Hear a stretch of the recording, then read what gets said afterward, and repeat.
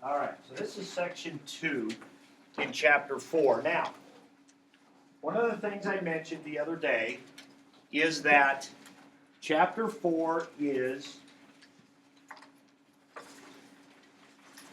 applications and uses of the derivative.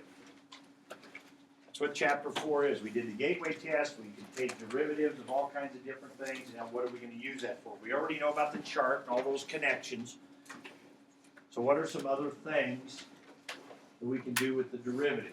Some might involve the chart, and some just involve derivative as a rate of change. Some are math examples, some are some real world examples. All right, so section 1 was differential equations, slope fields. Newton's law of Coulomb is a differential equation. Obviously, differential equations involve derivatives. That's what, by definition, a differential equation with derivative. Section 2 is about limits. Okay, now we really won't get to the derivative part of it till tomorrow. Okay, we're going to review limits and talk about some new parts of limits here today. So a basic problem that we're going to be encountering today is going to be this. Well, first of all, I guess if I was going to title this section, it would be something like this. Limits involving infinity. That's basically what this is going to be about. Now, we're still going to want to remember the stuff we learned earlier about limits, where the cars meet. Now, we're not going to get as much into the algebra from the standpoint of having to do a bunch of conjugate or common denominator algebra. Won't worry about that. Some factoring, yeah. All right. But this is going to be more, you're going to have to think your way through these a little more. Okay? And it's going to involve infinity. Now, it's going to involve infinity in a couple different ways. Let's look at an example here first. Here's an example I think they use in the video we're going to watch here in a minute. We're going to go back to those same videos we watched with the diner, the cars in the diner. Okay? All right, here's an example. Now, we had some like this in chapter 2 when we did limits. What would you do to start this? Substitute. So you would get 11 over 0. What did we do when we got 11 over 0? We stopped and we said, does not exist. And I let you just stop there and give that as your answer. Now we're going to have to give a little more information. Okay, we're going to have to do a little more. All right, now, what did we say about if we were to graph this? What's happening at 3? When you get 11 over 0, 7 over 0, 2 over 0, vertical asymptote. Now, we talked about 0 over 0. Remember, you keep going, factor, something happens, and you can a lot of times get an answer. But when you get a number over 0, a non-zero number over 0, that's a vertical asymptote. Now, what happens in a vertical asymptote? Well, what's happening in this particular problem is out here at 3, okay, we have something like this going on. You're going to see it here in a little bit in the video. Okay? And you have something like this happening.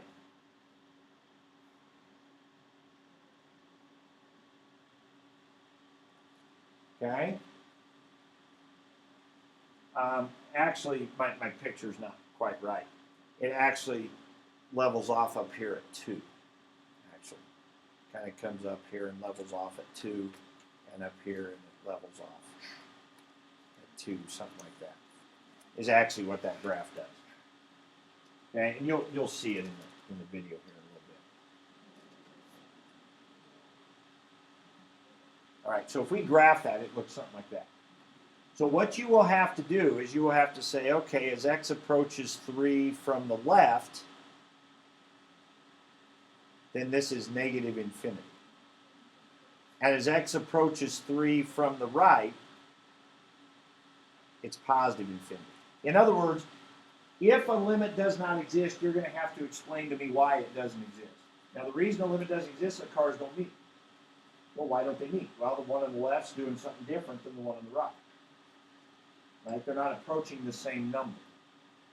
Okay, and we'll get into how we want to do that. So anytime we say limit does not exist, there's more work to do. We've got to explain why. We've got to look at the left and the right and tell what's happening. Now, if we have a graph, it's pretty easy. Negative infinity, positive infinity. But if we don't know what the graph of that looks like, and this is no calculator, we're going to have to talk later today about what's going on. Okay, that's one way that limits involve infinity. The output is infinity. Okay, here's a new one, though. Here's a new type of limit problem that we have not talked about yet. And that would be this problem right here. Same function, but now we're saying the limit as x approaches infinity. Well, what's that mean?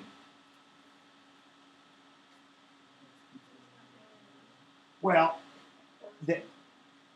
this is where we run into a horizontal asymptote. That's right.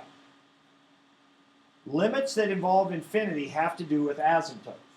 When the output is infinity, right? Whenever you get 11 over 0 or something like that, you get a vertical asymptote. What happens at a vertical asymptote? You usually have the graph going up to infinity. The y values are going to infinity. When we ask the question about when x approaches infinity, we're talking about way out here to the right on this graph. So we're saying, what are these values as the x goes way, way out here? Or imagine the car going way, way out here. Now we're not talking, now in this one, we're not talking about cars meeting, are we? Because you can't have a car coming from the other side of infinity. Right? I mean, so as x approaches infinity, that car is going way, way out there. Where's the car approaching? What y value, that's what we got to make sure we understand, is the car approaching? 2. Remember I told you this was 2 right here? The car is approaching 2. The y value, it's getting closer and closer to 2. It never hits it, but it's getting closer and closer to 2. All right? And then we can also ask the question, what about as x goes towards negative infinity of this same function? Well, that's at the left edge of the graph. And again, it's approaching 2. It doesn't always approach the same thing. You don't always have just one horizontal asymptote. Sometimes you can have a couple. And remember, I had told you earlier this year, it's okay to cross a horizontal asymptote. This graph could have done this. This graph could have come up above 2 and then come back down and approach 2. This graph could have crossed 2 and done like a sine curve. It could have just bounced back and forth, but getting smaller and smaller and smaller and closing in on the 2. That's still a horizontal asymptote. It's okay to cross a horizontal asymptote. You can't cross a vertical asymptote because it's undefined there. There is no output. So you can't have a y value in a vertical asymptote, so it doesn't ever cross it. But it's okay to cross a horizontal asymptote. Horizontal asymptote just says, what's it getting close to when it goes way out there or way that way. Okay, but you can see how both of these limits involve infinity. So this is horizontal asymptote here, okay, and it's vertical asymptote there. One, the output is approaching infinity. The other one, the inputs are approaching infinity. All right. Now, before we watch the video about this and review some other stuff about infinity, let's talk about just this idea, this concept of infinity a little bit, because it's a little bit mind-boggling and it's tough on a Monday, especially. All right? Yeah. I already talked about second block, and my mind's already kind of foggy. And the Monday before Christmas break, too. So, okay, so we need to talk about infinity and big numbers, because we don't always, I don't think, appreciate the size of really big numbers. So when we talk about x going to infinity, I mean, we're talking million, billion, trillion, and those aren't even really big numbers. Right? They're a trillion is 9 zeros. What's a googol?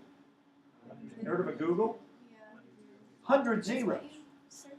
Now, it's not spelled like that, Google. No, it's Googol. Google. Googol is Google. One with 100 zeros. A googolplex is a googol of zeros. It's 10. A googol is 10 to the 100. A googolplex is 10 raised to 10 to the 100. Those are mind-bogglingly big numbers. Even a Google with 100 zeros is an unbelievably big number. Let's think of it this way. Let's say you had $1 million. Feel pretty good about that, right? That'd be awesome. Now, what if you had $1 billion? It'd be even awesomer. But how much awesomer? 3 zeros. 3 zeros awesomer. Well, 3 zeros, how much can 3 zeros really be? I mean, is that a lot? Would you be happy with $1 million? Be happy. Be happy. What's that? Money can't, thank you, Aaron. Money can't buy happiness. I would give it away. Yes. I feel much better if I just gave it away. Yeah, I might keep a little. But listen, this is important because we're talking about 100 zeros. That's only 6 zeros. You know, so how much bigger is it when you add those number of zeros? So let's talk about it. Listen. So let's say you had $1 million, you're going to spend $1 every second. Okay? So that's 1 million seconds. How long is 1 million seconds? Surely you've done this in a class before. Quite some time. Okay, somebody got a calculator handy? Divide by 60. So this would take us into minutes. Right? Take 1 million, divide by 60. Okay, that would get us into minutes. Let's divide by 60 again. And that would get us into hours. Right? It's still a pretty big number, right? So let's divide that by 24. We won't even sleep. We're just going to spend it every second $1. Well, we can set up like an automatic transaction. There you So yeah, pay exactly. every half. So this would be days. Somebody got that? 11 and a half. 11.57 days. That's 1 million seconds. Okay, that's 1 million seconds. So if you had $1 million, spend $1 every second, it would take you not quite 2 weeks to get it spent. Okay, now let's say you were a billionaire. So that's 9 zeros. So we just added 3 zeros. So now, well, what's that going to do to our answer? Is it just going to move it 3 places? It's going to be 11,570 days. Divide that by 365. Ish. And a quarter. Ish. How much? 31.7 years. Now think about that. All we did was went from 6 zeros to 9 zeros, from 1 million to 1 billion. And it went from 11 days to 31 years. And so let's go to 1 trillion.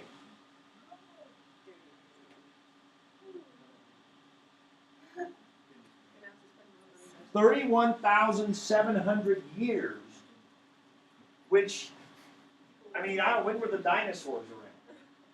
I don't know. That was Do you remember? millions. So yeah, we're a ways from that. But right? But that's a long time ago. I mean, look at the jump. So from 6 zeros to 9 zeros, and then 1 trillion would be 12 zeros, and we're not even remotely close to 100 zeros. So the size, so just adding a few zeros greatly multiplies the magnitude of these large numbers. Okay, so it's hard to get your mind around. There's an old story about the Infinity Hotel. Have you heard this one? Okay. There's a hotel with an infinite number of rooms. Okay, and it's full. Right, person in every room. Right? Yes. Oh, yeah, we're already got our mind going. Well, you're really going to get ugly now. Infinite number of rooms. Every room's got somebody in it. Okay? Somebody comes to the motel and wants a room. One person wants one room. Can they fit them in? Yeah. How? Because they have an infinite number of rooms. Take every person and tell them to move to a room that's one higher than the room they're in. So that would be possible, right? Everybody would have a room to go to. Everybody would move to a room that's one bigger than the one they're in, and so where would that new person go? To room 1. Room number 1 would be open. So now the hotel's full again. So now 20 people, big group show up. They need 20 rooms. Could they do it? Everybody moves to a room that's 20 bigger than the room they're in. First 20 rooms are open. So they go in. So,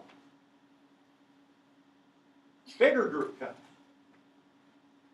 The big convention, the association, the infinite association of calculus teachers. Infinite number of calculus teachers come to this hotel. Oh, gosh. Infinite number. Can they fit? Yeah. How? How do you get them to fit? Everyone You can't have everyone move to a number infinitely bigger, they would never get there. They can't do the same thing you did on the other situation. Okay? Have every person move to a room that's numbered twice as much as the room they're in. Right? So if you're in room 1, you go to 2. If you're in room 2, you go to 4. If you're in room 3, you go to 6. If you're in 100, you go to 200. So what's that mean? They're all in the even rooms. Now, some people will have a long walk, but it is a finite distance, right? Some people have a really long walk, but it will be a finite distance. It won't be an infinite distance. But you're right. Some will have some really long walks, okay? But it's they've got transporters. They just beam them. Yeah, in the room you can actually beam. You just type in the room number, it just beams you. So it's all good. So right? And so now what's open? All the odd rooms will be open, and there's an infinite number of those. The point is this, besides it's just mind-boggling when you try to think about infinity, number one. Infinity's not a number, okay? Infinity plus infinity is not 2 infinity. Infinity plus infinity is infinity. There are different sizes of infinity. I think I told you this one before. There are more rational or real numbers, decimals, rational, irrational numbers, between 0 and 1 than there are integers. There are more decimal numbers between 0 and 1 than there are integers. Now, they're both infinite, okay? But there are more of one than the other. There are different sizes of infinity.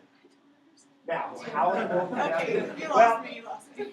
when you take a class in number theory, stuff like that, they do it with a mapping thing. You can do patterns, and you can map a decimal with a 1, a decimal with a 2, a decimal with a 3, and you can see that there are many more decimals left over when you start to do this pattern of mapping to all the different integers, that there would be many other decimals left over that would not get mapped, or paired with, you might say, with an integer. That's just what's perceivable. It's hard, yeah. Well, because decimals, you can go 0.1 repeating, you can go 0.1, 2, 1, 2, 1, 2, you go 1, 2, 1, 1, 2, 1, 1, 1, 2. I mean, there's just all various combinations, So like perceivably there's more decimals than there are integers. but they're both But they're actually unending. the same. They're both unending. No, I wouldn't say they're the same. But that's okay. We don't need to get too caught up in trying to figure it out. But the idea is that this idea of infinity is important in what we're talking about. Now, again, infinity is not a number. Infinity is not a number. Okay? In my algebra class, when we talk about dividing by 0, they want to know why is that undefined? Why can't you divide by 0? And my typical explanation, I mean, you could talk about, well, you can't take 7 things and divide it into 0 groups and, that kind of thing when you talk about kind of an elementary version of what divide means. But another way to think of it's kind of a limit type idea. Think of 0 as just the smallest number. In magnitude, it would be the smallest number. Okay? So when you take 7 divided by a really small number, like 100 or 1,000, what happens? You get bigger numbers, right? 7 divided by 100 is 700. 7 divided by 1,000 is 7,000. And you keep making that bottom number smaller and smaller and smaller. The fraction gets bigger and bigger and bigger. So if you're going to divide by the smallest number, the answer has to be the biggest number, which there isn't one, right? There is not a biggest number. And so somebody in our class said, well, so 7 divided by 0 is infinity? Well, kind of in a way of thinking. But remember, infinity is not a number. So you can't really say that it's infinity. It equals infinity because infinity is not a number. And like we we're just saying, there are different sizes actually of infinity. So those are just some things to keep in mind as we go through this today, when we're talking about infinity. All right. So first of all, yeah, which infinity are we talking about? All right. So first,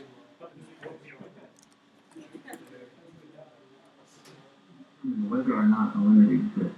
this is a little bit of review of what we did with limits earlier. Figure out what the heck First. that limit is. So that's what we'll be focusing on in this section. Oh, How this do is you the wrong one. find a limit? But that's Is this, did I do the right one here? I did the wrong one. This is the one I want. Now you have some idea of what a limit is, and we need to talk about when does a limit exist. To illustrate my point before we get started, let's set up an example. Let's say you and a friend are going to meet for dinner, and you're meeting at a diner that's centrally located between the two of you. If you live east of the diner, and your friend lives west of the diner, and you both want to drive to meet there, ideally, the roads which lead to the diner will lead you to the same place. If you travel towards the diner from the right, or east, and they travel towards the diner from the left, you should meet up in the same place. Mathematically, this is basically what a limit is. A limit exists if you travel along a function from the left side and from the right side towards some specific value of x, as long as that function meets in the middle, as long as you arrive at the diner, as long as the heights from the right and the left are the same, then the limit exists.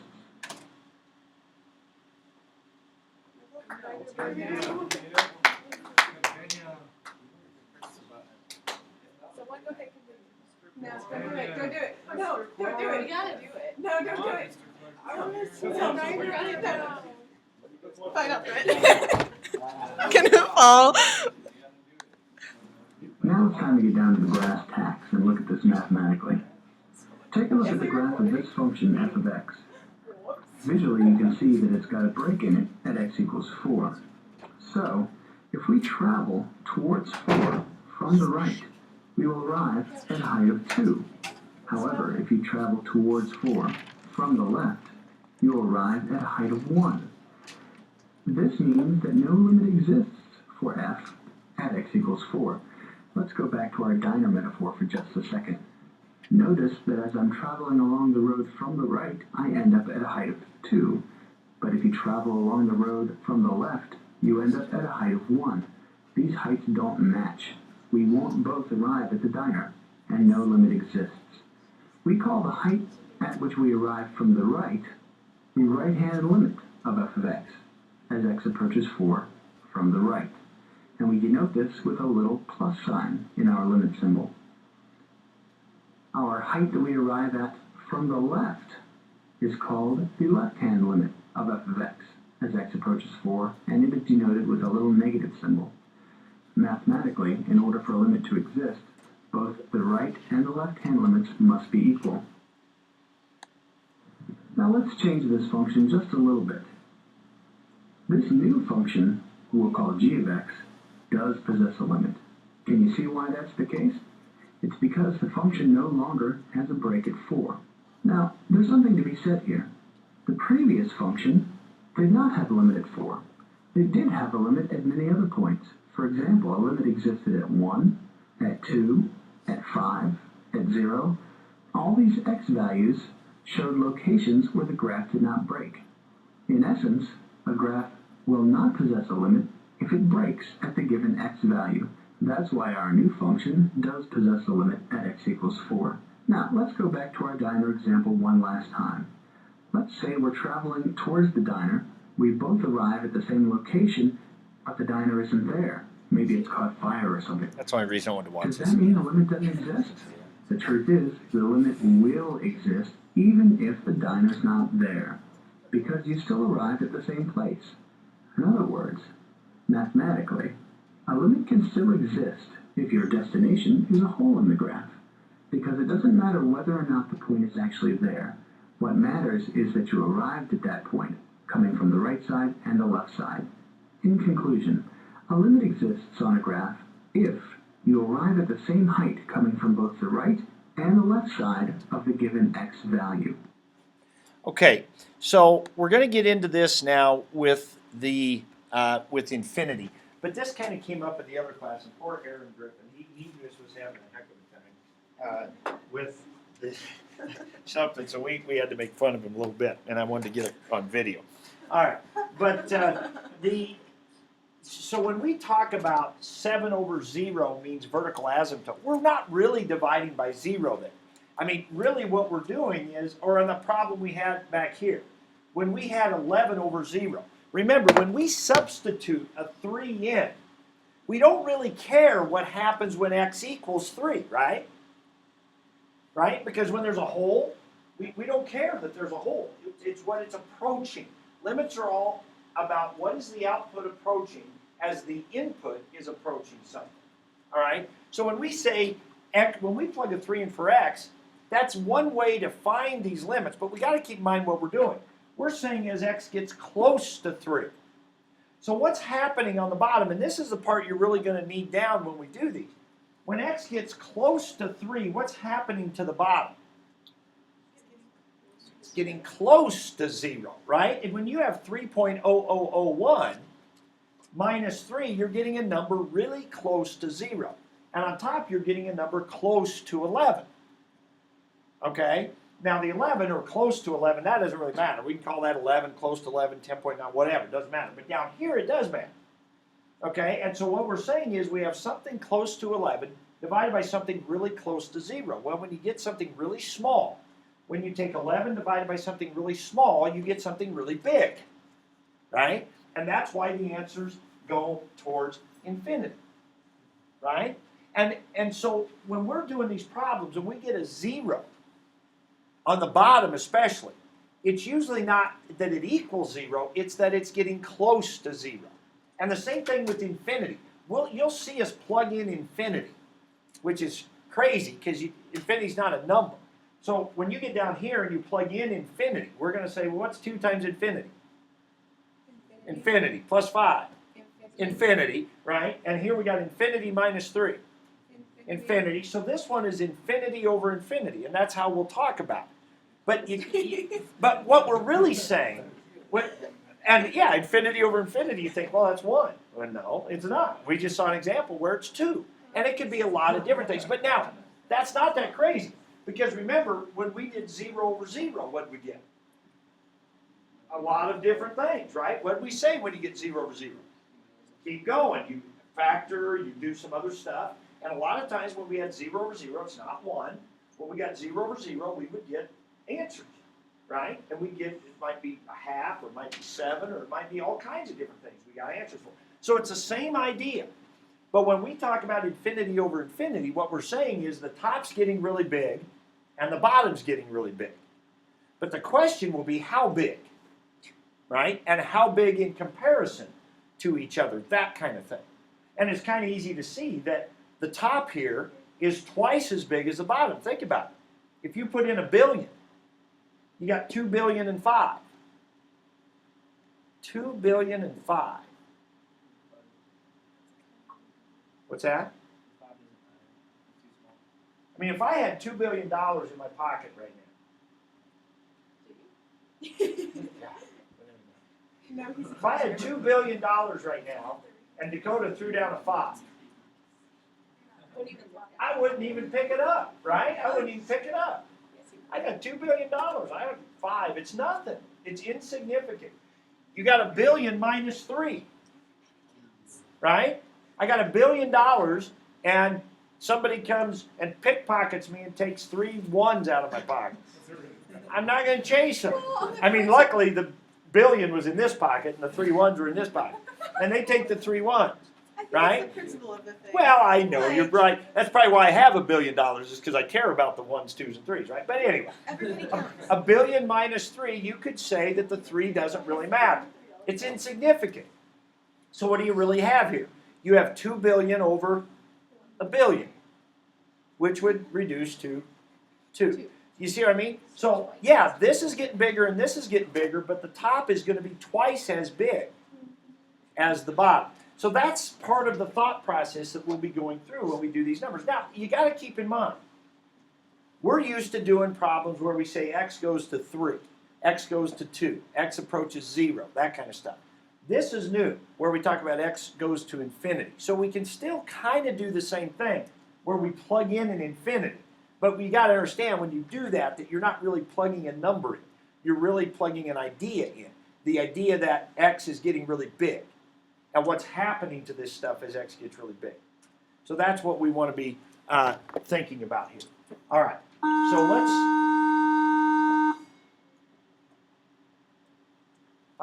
let's go to this. Now this is a new video, this one here on limits. In this section, we'll delve into the mysterious relationship that exists between limits and infinity. Jeez, well, it's got that though. As you calculate various values of f and evaluate different functions, you can come across some bizarre things. For example, take a look at this function. F of x equals the fraction 2x plus 1 divided by the quantity x minus 3. Now, if you plug in 3 to this, you're going to get 7 divided by 0. Now, I know we've seen 0 divided by 0 in a lot of previous examples, but we've never seen a non-zero number divided by 0.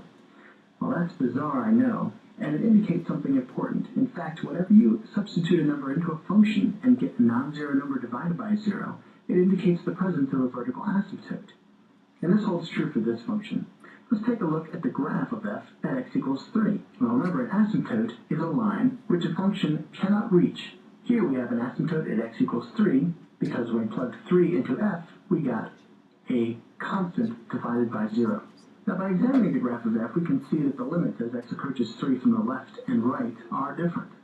As you approach 3 from the right, f gets infinitely large, so we can say that the limit as x approaches 3 from the right of f of x is infinity. However, as you approach 3 from the left, f of x gets infinitely negative, so we say that the limit as x approaches 3 from the left of f of x is negative infinity. Vertical asymptotes aren't the only asymptotes which relate to infinity. Horizontal asymptotes do as well, just in a slightly different way. To see this, let's look at the graph of f again.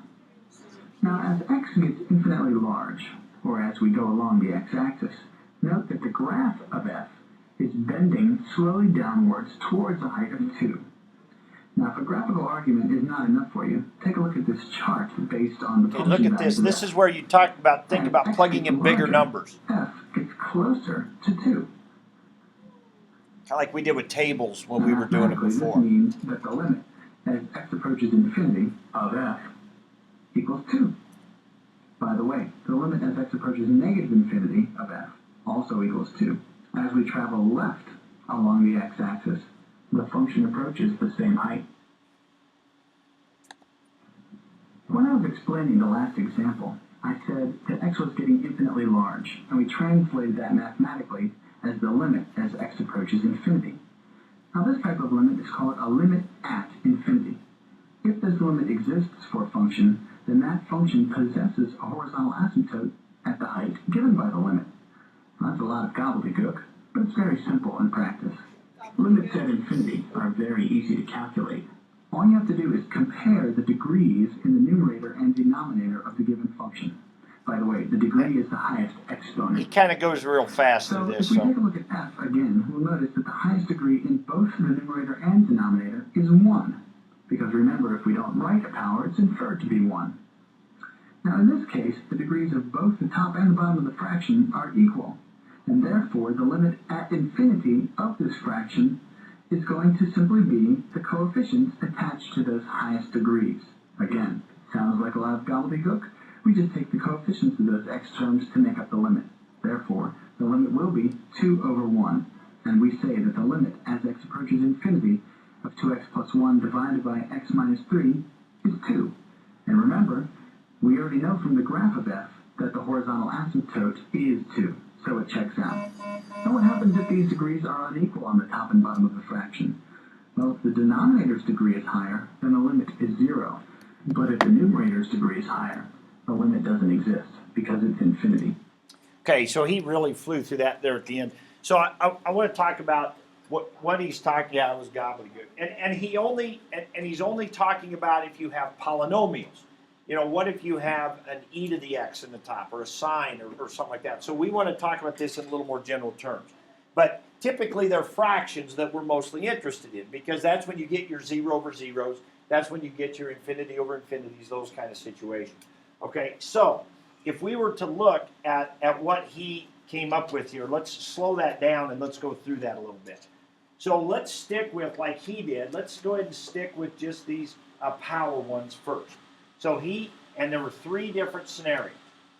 So first would be limit as x approaches infinity. We had 2x plus 1 over x minus 3. Now he said this thing with the coefficients. I wouldn't think of it in those terms. That's just memorizing without really understanding, I think. What we want to say to ourselves in a problem like this, again, imagine this is no calculator, right? And we've got to do this problem. So we're saying to ourselves, all right, as x gets very large, we have, like I said, you could think about plugging in an infinity if you want. 2 times infinity is infinity plus 1, that's infinity. Infinity minus 3, that's infinity. So we have an infinity over infinity situation, which is just like a 0 over 0 situation. Keep going. Do something. Okay? Well, in this case, we would do just what Keaton said. I think you think high powers dominate, or you think about how big is it getting? What's going on there? And what I would do in this problem is I would say, okay, as x gets really large, millions, billions, trillions, even larger, the 1 is insignificant. So this problem becomes 2x on top. You add a 1 to Google, and it's nothing. Okay? X minus 3. You take a Google minus 3, a billion, a trillion minus 3. The minus 3 is insignificant. It's only the highest powers, and that's where he was talking about with the 1s that he circled. It's only the highest powers that matter. I sometimes call this high powers dominate. When x is very large, the highest powers dominate. And I'll show you another example in a minute. So we get 2x over x, which would reduce to 2. And then you don't have to worry about this thing with the coefficients and that kind of thing, because it's basically a canceling kind of idea is what's going on. Now, you could see we could make up another one very similar. Let me do another one very similar here, and he talked about the coefficients he talked about the degrees being equal. Okay, so let me do another one here. Let's say we had x cubed minus x squared plus 7, and on the bottom we had 6x cubed plus 2x squared minus x. Let's say it was that. Now, let's think about this a minute. We have a million, let's do a million as our x. A million cubed would be how many zeros? Well, not that many. A million is 6. It'd be 18, right? Million times a million times a million. It'd be 18 zeros. Minus x squared. What's a million squared? That's big. That's 12 zeros. But how much is 12 zeros compared to 18 zeros? 6 zeros. And remember our example with the dollars? How big is? That's a lot of zeros, right? So even though you've got a billion squared, you think that's really big. It's nothing compared to a billion cubed or a million cubed. It's nothing. And the bigger x gets, the bigger this gap will get. Does that make sense? So the bigger x gets, when you cube it, yeah, x cubed's getting bigger and x squared's getting bigger. They're both going to infinity. But when you subtract them, this one's getting bigger way faster than this one. So the key here is the rate that they're changing. Oh, rates of change. Oh, stay tuned for tomorrow. All right, so x cubed minus x. So that brings up another mind-blowing thing. Not so much since you know there's different sizes of infinity. Infinity minus infinity, it's not 0, right? In this case, it's infinity, right? It's infinity because this infinity, x cubed's getting way bigger faster than this one's getting big, so this difference is growing. So again, the high powers dominate. So I heard somebody say insignificant. So that's exactly right. Those are insignificant on the top. The only one that matters is the high power because it's getting as x gets big. Now, what if I took this same problem? I got to throw this out there because I know somebody's going to do it. If I gave you the same problem and said x approaches 2, are you crossing these things off? No. No. You're plugging a 2 in, you're seeing what you got. These are only insignificant when x is really, really big, right? That's when they get insignificant, when it's approaching infinity. Okay, so be careful of that. All right? People love this because you've always wanted to cancel stuff like crazy, right? Everybody always loves to cancel stuff even when they shouldn't be. Well, here we can. Man, it's great. We just cancel stuff like crazy, right? It's awesome. So what do we get for the answer? 1/6. Because the x cubes will cancel with each other there, and you end up with 1/6. So when the powers are the same, there's two examples. When the powers are the same on the top and bottom, you can just get a number answer, just like 0 over 0.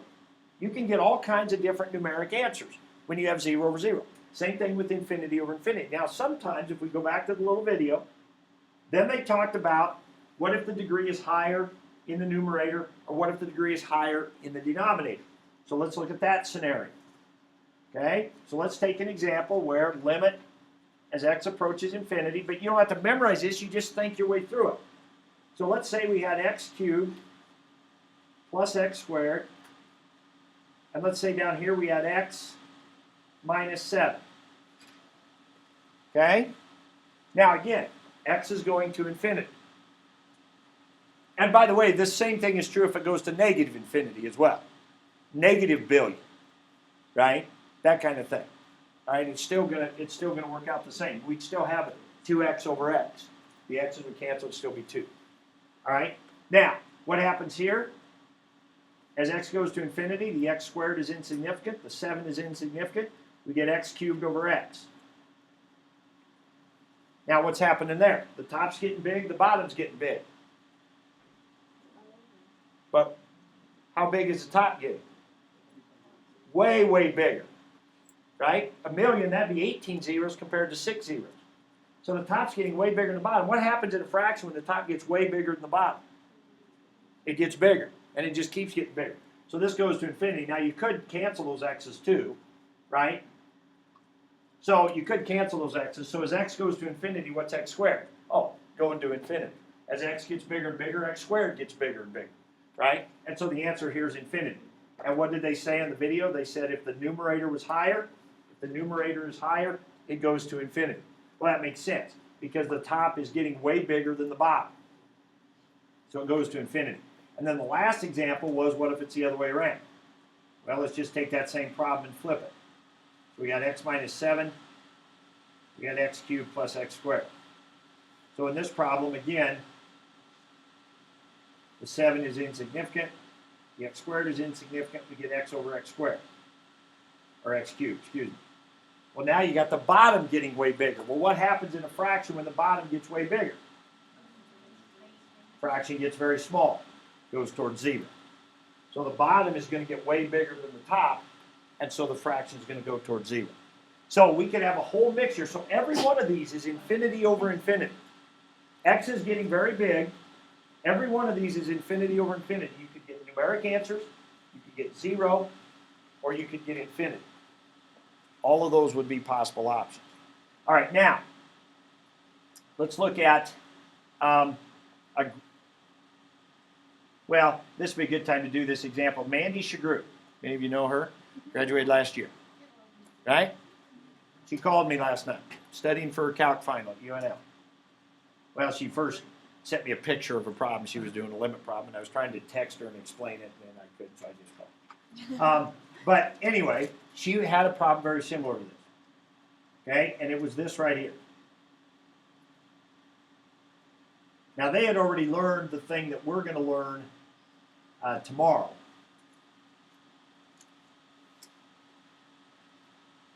I think it was something like this. Okay, now you don't have a high powers dominate kind of thing. So what the video kind of explained doesn't really work here. All right? Closely related to what they were talking about in the video, but not quite so much. Now, she was trying this new thing that we'll learn tomorrow and that they had learned. And it wasn't working. And it doesn't. In this case, it doesn't work. And so this rule we're going to learn tomorrow that has to do with derivatives does have a few limitations. So that's why you need to be able to think your way and reason your way through this. So when you have this problem, what you should think about here is, very much like we were just doing on the last problem. As x gets really big, what happens to this here? Gets really small because of the negative power. This is like 1 over e to a big number. It's 1 over a very big number. That's a very small number. Insignificant. As x gets big, that gets very, very small. As x gets big, this becomes insignificant. And of course, what's this do as x gets big? It's very big, and so does this. So you have infinity over infinity. Turns out, though, if you have e to the 3x over 4e to the 3x, what is that? That's just 1/4. Okay? And the thing we're going to learn tomorrow with derivatives actually does not work on this one. You have to be able to think your way through this part right here. Okay? So that's 1/4. Another one we'll often see, and this will be some of what your homework will look like today, is thinking our way through some of these things. So let's say we had sine x. When's the bell ring, by the way? So we have, okay. So you might have a sine thrown in here. Okay, so let's say we have this. Okay? Again, we can't just talk about high power kind of things. We have to think our way through it. So as x gets really big, what happens to sine? Just kind of bounces between 1 and -1. So it's kind of a number. It's not really insignificant because it's up there all by itself. So it's just kind of a constant. It's kind of like the 7 in the 7 over 0. You know, sometimes I'll just write it this way. It's -1 to 1. It's just somewhere in that range. Divided by what's happening down here.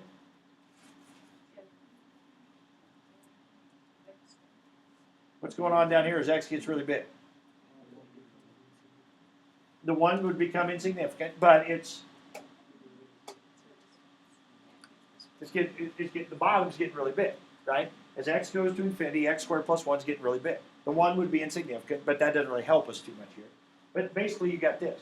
Well, what we have is a number, even though it's changing a little bit, it's just a negative or a positive, some small number, divided by a really big number. What's that? That's a really small number. So the answer to this is 0. It's going towards 0, because you're going to have like 1 divided by a billionth, or 0.5 divided by a billion, or -0.2 divided by a billion. Those are very small numbers. Now, some of them are negative very small numbers, and some are positive very small numbers. But they're still getting smaller and smaller because the bottom's getting bigger and bigger. So it's going towards 0. Actually, the graph does this. This is that horizontal asymptote I was telling you about. It goes like this. It starts squeezing down on the x-axis. But it's positive and then negative, positive and negative, because sine keeps alternating from positive to negative. See? So it keeps alternating, but it's getting smaller and smaller and smaller because the bottom is bigger and bigger and bigger. That is still a horizontal asymptote.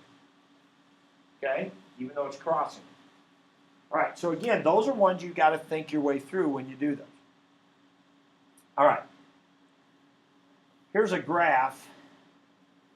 This hopefully, just to come back to this, would be one that this would be a little easier for us to kind of understand then as we talk about this. So if I gave you a graph, which we're probably not going to do in the quiz, I haven't decided for sure, but hopefully those are easy points if it's on there. But we're definitely going to have ones like we were just showing, where it's no calculator and you have to work your way through. But if I asked you on this one, what's the limit as x approaches 1? What would you say? 0.5, right? So that goes back to old stuff, right? The cars meet, the holes there, doesn't matter. The limit would be 0.5, okay? What would you say if I asked the limit as x approaches -1? How would you answer this? No?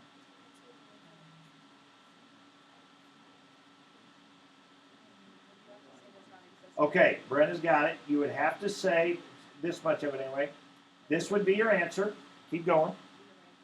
Then you would have to do the right and the left. Remember we said if you get 7 over 0 like we used to do, that does not exist. It still does not exist. The limit does not exist.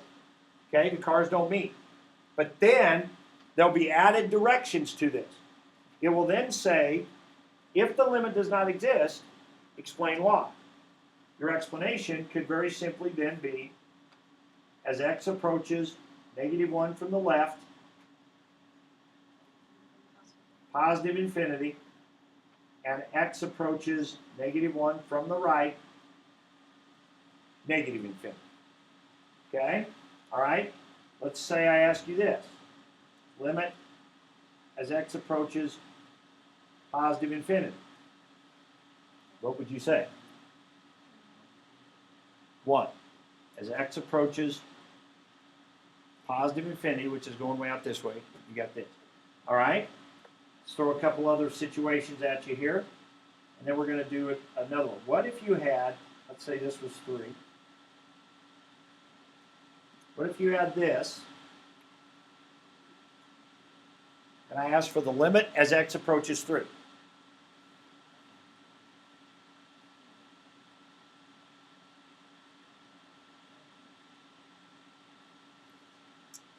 Remember, infinity is not a number. Do the cars meet? No. Now, sometimes I've said if the cars are going the same place, and you might say, they're both going the same place, they're both going to infinity. We've got to be careful. When we say go to the same place, we're talking about a number. They have to meet at a number. Infinity is not a number. So it is not okay to say infinity here. Now, some books kind of allow that. I doubt you'd get a college professor that would allow you to put infinity as an answer here. Okay, the only time you can do infinity is when you're doing a left or a right limit, like we just did on the last one. So you would have to put does not exist, and then you would say x approaches 3 from the left equals infinity. X approaches 3 from the right equals infinity. Now I know we said if the left and right limits are the same, what we mean by that is that they're equal. Infinity, as we saw, infinity does not equal infinity, right? Because they're different sizes of infinity. So you have to do it this way. The limit here still does not exist. Whenever there's a vertical asymptote, the limit will not exist. And you have to check the left and the right. Okay, let me give you this one and see if how far we've come here. Let you try this. All right. Here's our function.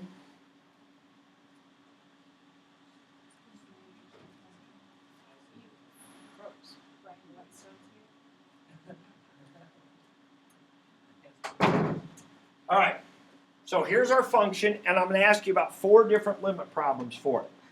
And you don't get to use your calculator, so you don't get to look at a graph of it. X minus 2, x squared minus 4. There's the function. Okay, so the first one we're going to do is limit as x approaches 2.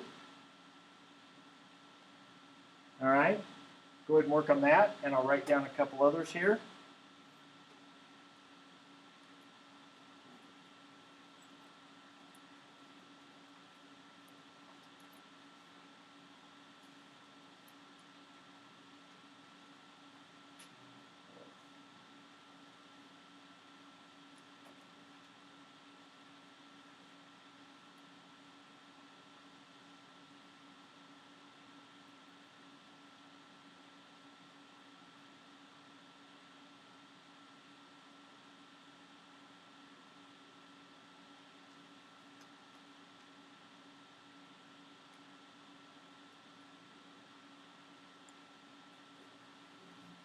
Okay, there could be 4 different limit problems I could ask you all with that function.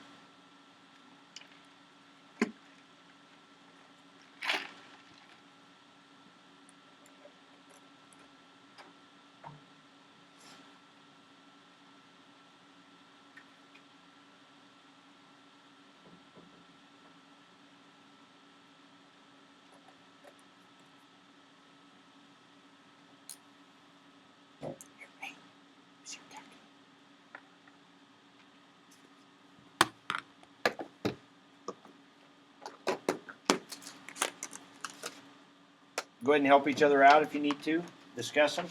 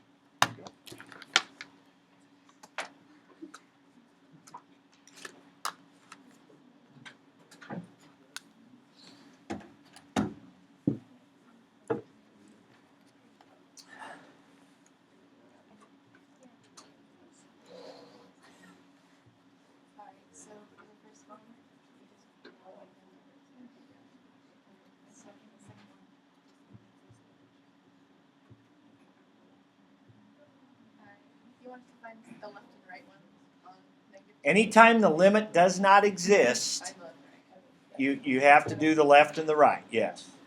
So you just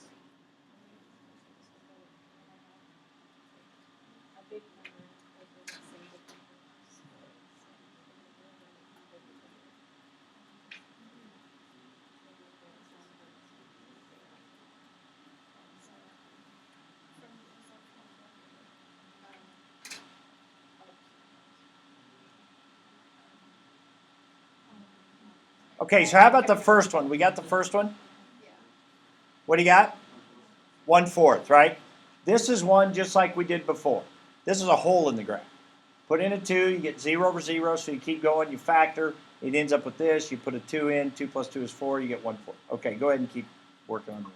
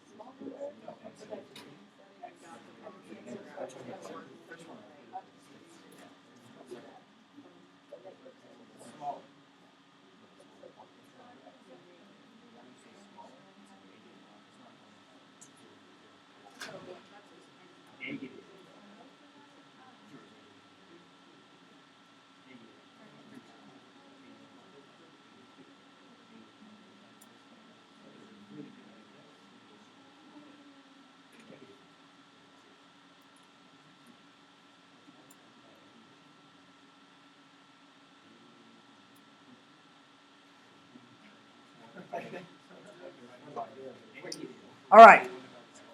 Now, let's talk about this second one on the left here. As x approaches -2, so the first thing you do is plug in -2. Now, it depends which one you plug it into. If you thought to, the first thing you should usually do is substitute, right? So if you hadn't already done this one up here, you would plug in a -2 and you'd get -4 over 0, right? Now, if you had already factored and canceled and plugged your -2 into that one, it's okay. You would get 1 over 0.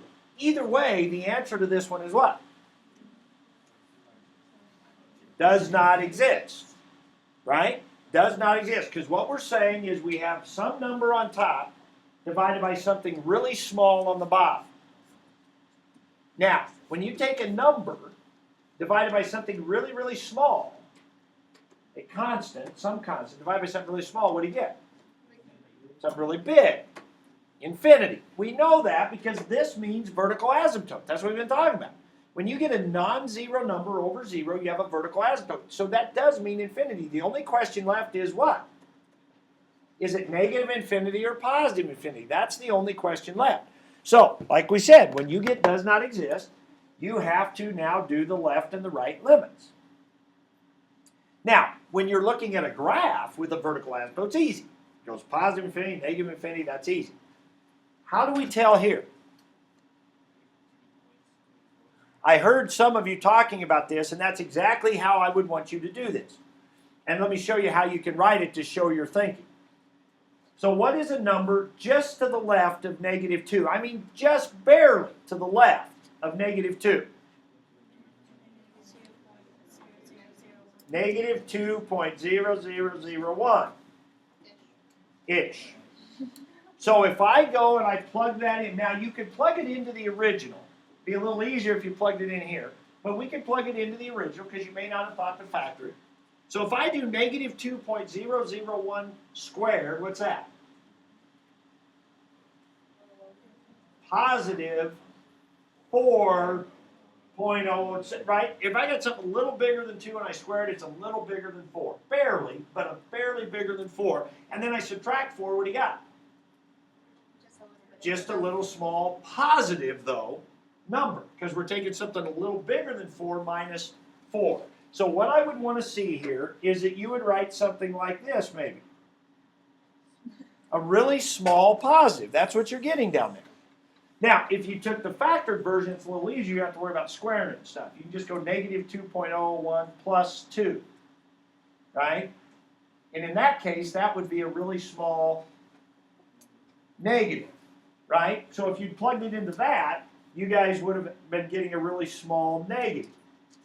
Here, and they say, well, how can that work out? Well, let's see. First one I did, I was using this.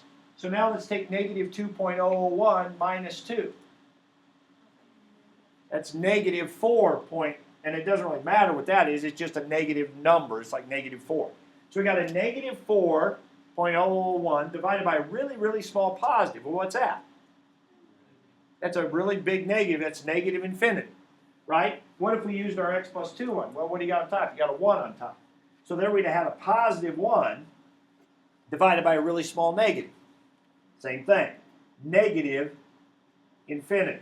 So negative 2 from the left is going to negative infinity. Now what about negative 2 from the right? Well, that'd be negative 1.999.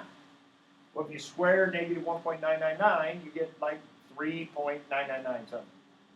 3.999 minus 4 is a really small negative. So you're going to get a really small negative here, and you're going to get a negative up here. Negative divided by negative is positive infinity. But you're dividing by something really small, so that gives you something really big. Why do you have something small on the bottom? Because the bottom is going to 0. So the only question is it small positive or small negative? And you do that by kind of just plugging numbers in. Okay, now this is the thing that I think that Washington midterm we talked about one day where there were some limit problems and the direction said you could not justify your answer by just plugging in values. Well, I think in a problem like this, that is your only justification that you could do. Now, I'm not sure. I think you couldn't just plug in one value and call it that. You would have to explain what's going on. But this is okay for me. All right, back to this now, very quickly. As x approaches infinity, what are you doing on a problem like this as x gets big? Cancel stuff. This is essentially x over x squared. The minus 2, the minus 4 don't matter when x gets really large. So what is that? That's just 0. The bottom is going to be way bigger than the top. And when the bottom gets really big, the whole fraction gets really small, towards 0. Okay, what about this one? What about negative infinity? Well, it doesn't matter. It's the same thing. Okay? You're going to have 1 over x. Now you say, well, but it'll be negative. Yeah, but that doesn't matter. It's 1 over a really big negative. What's that? Really small negative. But again, it's getting really close to 0. It doesn't matter if it's close to 0 from the negative side or from the positive side. It's really close to 0. Just like it doesn't matter if you get close to 3.001 or 2.999. They're both getting really close to 3. So the answer here is still 0 for that one. So these are the kinds of things that's on your homework. This All right. actually makes sense. Last thing. Turn to page 223, please, for some more of this infinity stuff.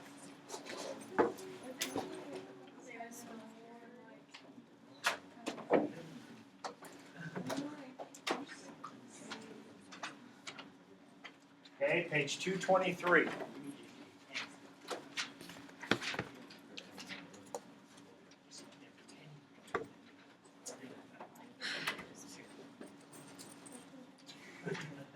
Now, I don't think you need to write this stuff down. I wouldn't write this down. I've got something at the very end that I want you to write down. I'll let you in on that when it's time. But there's a box at the bottom of page 223, and it says good and bad uses of infinity. Okay, and this is that whole idea that infinity is not a number. All this stuff we talked about with the infinity hotel and different sizes of infinity and all that. All right. And when we do a problem where we plug in, like if we have 1 over x,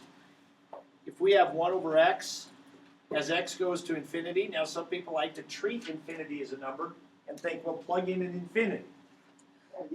And this table is like saying, yeah, sometimes you could do that and get away with it, but sometimes you got to be careful. So like if I've got this, I could put an infinity in for x and have 1 over infinity. I wouldn't usually write that, but what are you really saying when you have 1 over infinity? Yeah, what you really have is 1 over big positive number.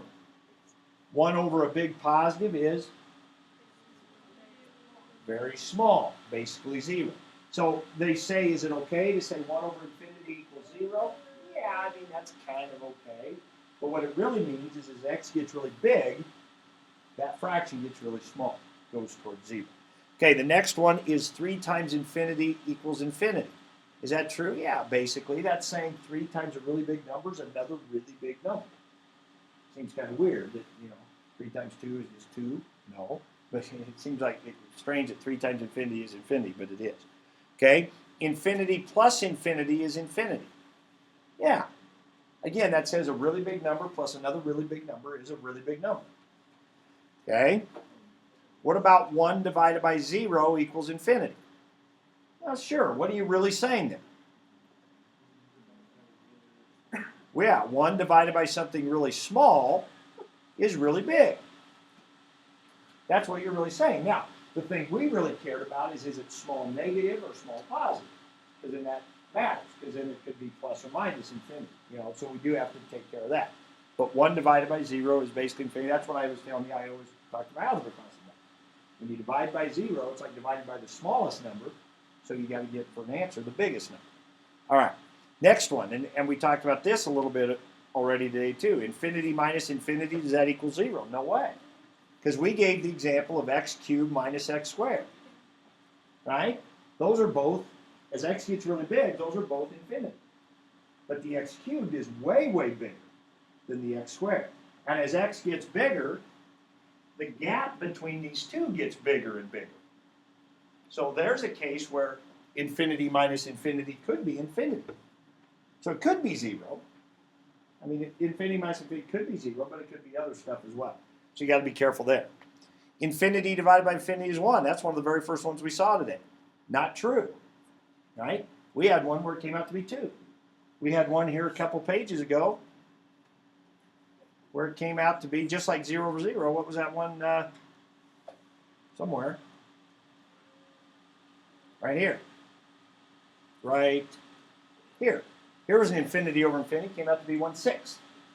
Okay? So infinity over infinity is not 1. All right. And then the last one, and this is the one I really want to talk about, and then I'll have you write something down. 0 times infinity.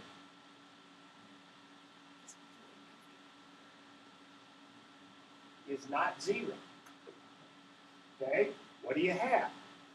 0 times infinity means something really small times something really big. Now think about it. If you had a constant, like 8, and you took it times something really small, what happens? Like 0.0 something. It gets small. So usually when you multiply by something small, it gets small. And you multiply by something big, it gets bigger. But here you have something that's getting small times something that's getting big. Which one wins? You meet in the middle. No. It has to do with what? I've said it already today. Think back to the x cubed minus x squared. They're both getting big. How fast is the small getting small compared to how fast the big's getting big? If the big is getting big faster than the small's getting small, then this is going to get bigger. If the small is getting small faster than the big's getting big, this is going to get small. It has to do with the rates. Okay? But again, now listen, but that's not that new. Because it's the same thing as this. 0 over 0 is something small divided by something small. What matters is which one's getting small faster. And the same thing is true with infinity over infinity. Something big divided by something big, it matters on which one's getting big. All three of these, this is what you could write down. All three of these are what we call indeterminate. All three of those are what we call indeterminate.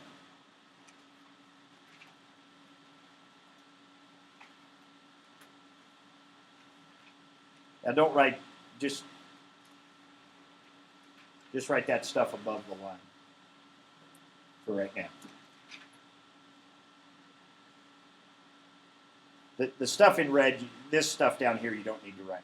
But I just want to give you a quick example.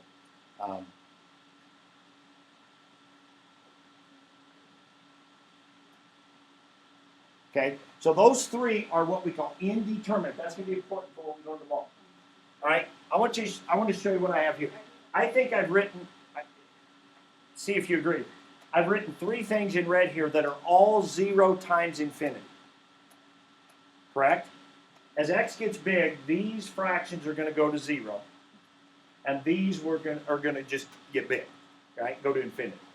But now look at this. What's 1 over x times x squared? X, right? 1 over x times x squared is x. As x gets big, what's that? Gets big, goes to infinity.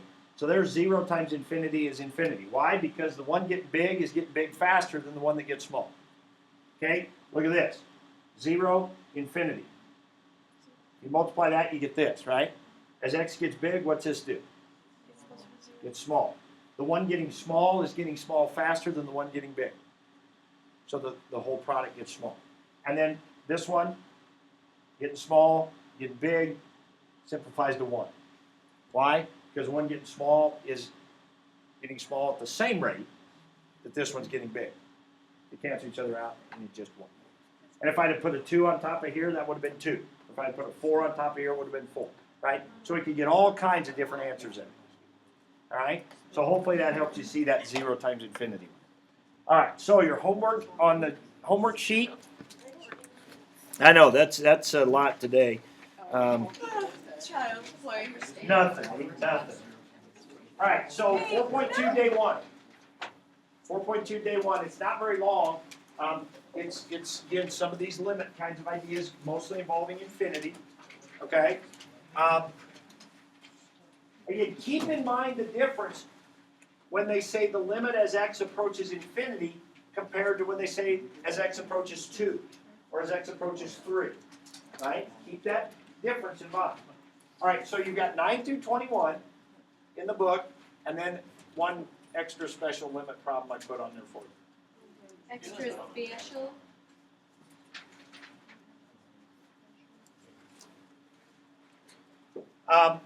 And the only reason I stuck that extra one on there, because none of the ones in the book, what happens on that extra one I put on the assignment sheet is that's where you get a does not exist, and you have to check the left and the right.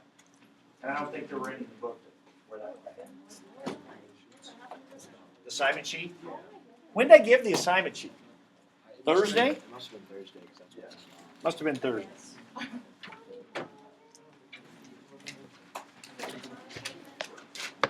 Okay, so it's 4.2, day 1. Friday's worksheets, Tuesday's review. Anybody else need Friday's worksheets? Friday's worksheet. Yes. No.